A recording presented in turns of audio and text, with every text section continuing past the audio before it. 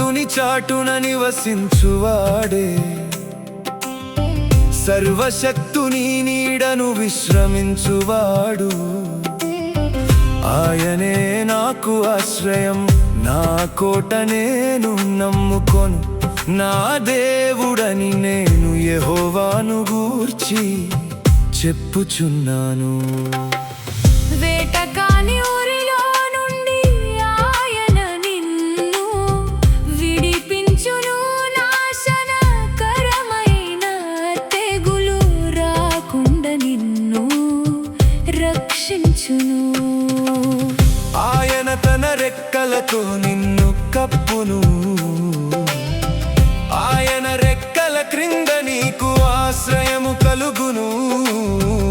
ఆయన సత్యము కేడెమును డాలునైయున్నది.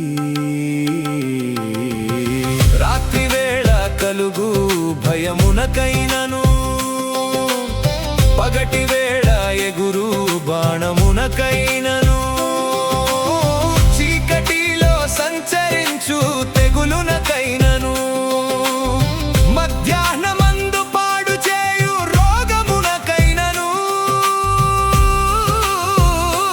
నీవు భయపడకుందువు.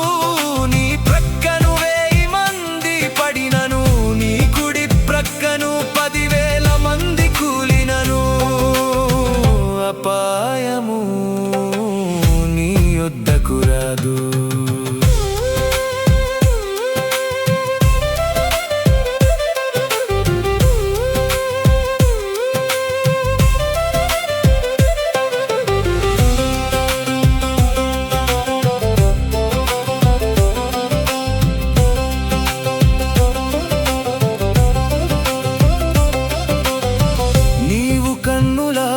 చూచుచుండగా భక్తిహీనులకు ప్రతిఫలము కలుగును.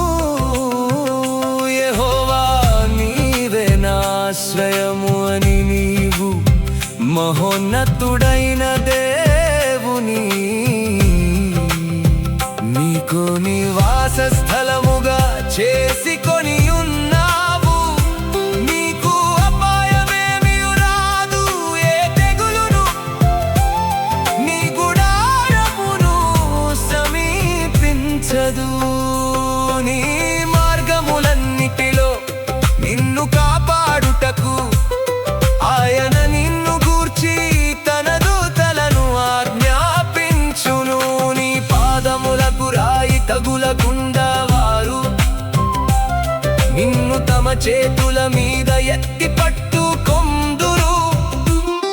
నీవు సింహములను నాగుపాములను త్రొక్కెదవు, కొదమ సింహములను భుజంగములను అణగా త్రొక్కెదవు.